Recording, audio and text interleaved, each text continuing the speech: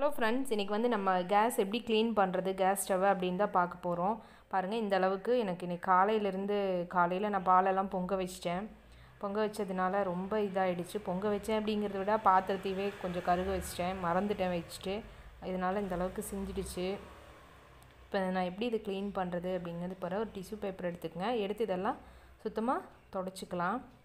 அப்போ தான் கொஞ்சம் நம்ம தண்ணி வைக்கையில் கொஞ்சம் வதன்னு இல்லாமல் இருக்கும். அதுக்காக இது நான் டிஷ்யூ பேப்பர் இல்லை ஏதாவது துணி இல்லைன்னா நார்மல் நியூஸ் பேப்பர் இருந்தால் கூட நீங்கள் இதை வச்சு சுத்தமாக இதை க்ளீன் பண்ணிக்கலாம்.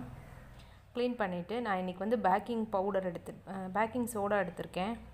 அதனால் இந்த அளவுக்கு நீங்கள் க்ளீன் பண்ணிக்கலாம். இது சும்மா ரெகுலராக க்ளீன் பண்ணுறது தான்.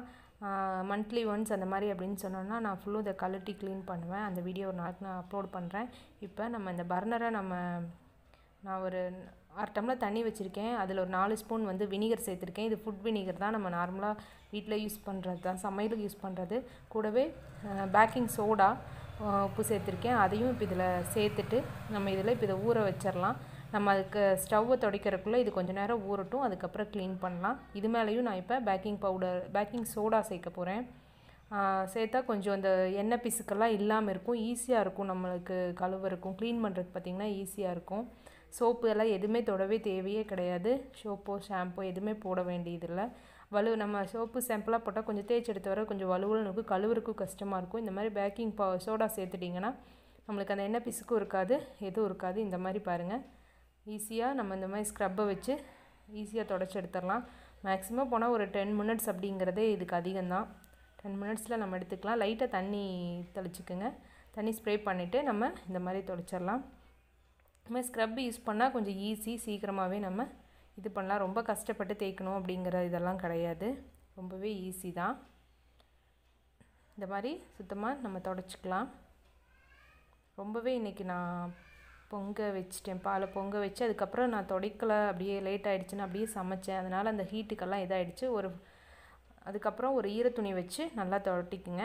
ஈரத்துணியை நினச்சிட்டு அதில் தொடச்சி எடுத்துக்கலாம். இந்த மாதிரி தண்ணியில் தணிச்சிட்டு ஒரு 2-3 டைம் தொடச்சிங்கனாலே பாருங்கள், இந்த மாதிரி க்ளீன் ஆகிரும் நல்லா சூப்பராகவே. இது அந்த டியூப்பு எல்லாமே இதில் தொடச்சிக்கலாம். கீழே கவுண்டர் டாப்பும் அப்படியே தொடச்சி க்ளீன் பண்ணிடலாம்.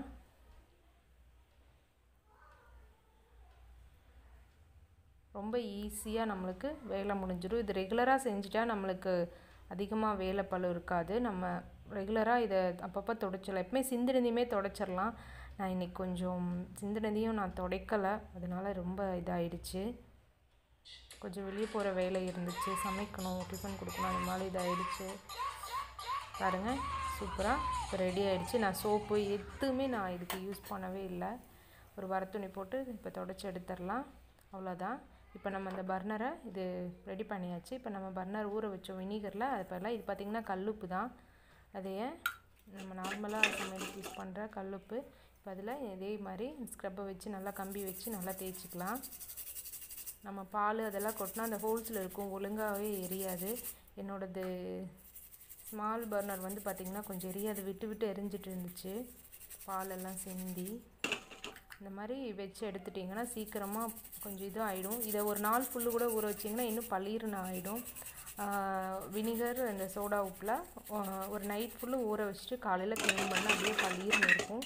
நான் இன்றைக்கி வந்து சும்மா இது மாதிரி ஒரு 5 மினிட்ஸில் தான் மேக்ஸிமம் ஒரு 5 மினிட்ஸ் ஊறி இருக்கும், அவ்வளோதான். இப்போ ரெடி ஆகிடுச்சு பாருங்கள். இப்போ பற்ற வைக்கிறேன், எரியும் நல்லா. அவ்வளோதான் ஃப்ரெண்ட்ஸ், சூப்பராக ரெடி ஆகிடுச்சு. இந்த மெத்தட் ட்ரை பண்ணி பாருங்கள். வீடியோ பிடிச்சிருந்தால் லைக் பண்ணுங்கள், கமெண்ட் பண்ணுங்கள் ஃப்ரெண்ட்ஸ். Okay, thank you.